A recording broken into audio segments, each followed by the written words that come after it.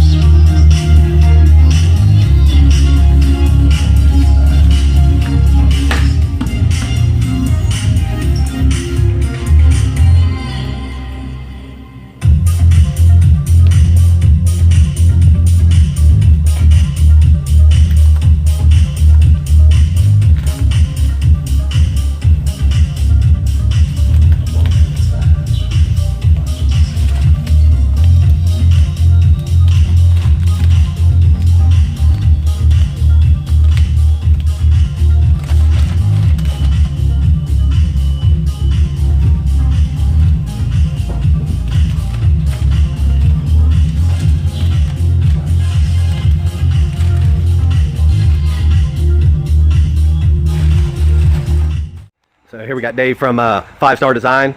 Got one side of the boat pretty well done, just got to tack down the edges with some 3M adhesive, but he has done a really amazing job. He had to kind of freehand or by eyesight line up this EDGYVETTE logo on the side because it was printed in 2 separate pieces, but it came out beautiful. I mean, this looks like a new boat, whereas the other boat, and we'll post pictures of it before, but this really looks like a custom job, man. He did amazing, amazing work.